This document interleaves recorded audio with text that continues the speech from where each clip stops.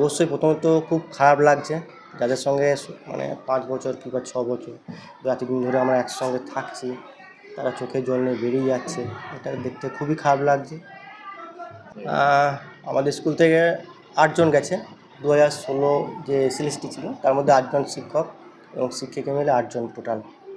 মানে সকলেই শিক্ষক শিক্ষিকা? সকলেই শিক্ষক শিক্ষিকা। মানে কতটা ক্ষতি আপনাদের স্কুলে যে 8 জন? অবশ্যই প্রথমত খুব খারাপ লাগছে, যাদের সঙ্গে মানে 5 বছর কিংবা 6 বছর এতদিন ধরে আমরা একসঙ্গে থাকছি, তারা চোখের জল নিয়ে বেরিয়ে যাচ্ছে। এটা দেখতে খুবই খারাপ লাগছে, কিন্তু এটা একদম অপূরণীয় ক্ষতি।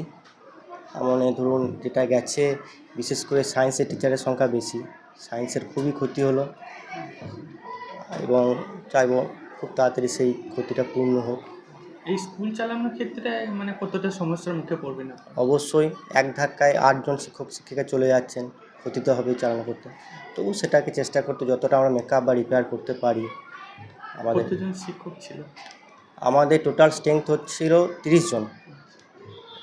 এখন 8 জন যদি চলে যায় পরবর্তী নির্দেশে, তাহলে থাকলো 22 জন। মানে খুবই অসুবিধা অবশ্যই স্কুল চালানো। অবশ্যই। পরীক্ষা নেওয়ার ক্ষেত্রে বা পরীক্ষা চলছে, গতকাল থেকে শুরু হয়েছে প্রথম পর্যায়ক্রমিক মূল্যায়ন। যারা গেছেন তাদের 4 জন এসেছেন আজকে, তারা অংশগ্রহণ করছেন। আমাদের ডিআই বা আমাদের পরবর্তী নির্দেশ এবং আমাদের বোর্ডের পরবর্তী নির্দেশ পর্যন্ত আমরা অপেক্ষা করছি। যেরকম নির্দেশ আসবে সেরকম আমরা কাজ করব। আপাতত আমরা আমাদের অংশ হিসেবে কাজ করে যাচ্ছেন, পরীক্ষার সঙ্গে যুক্ত আছেন। মানে কোনো নোটিফিকেশন এসছে আপনাদের কাছে? না, বোর্ড তরফ থেকে বা ডিআইদের তরফ থেকে এখন পর্যন্ত কোনো নোটিফিকেশান আসেনি।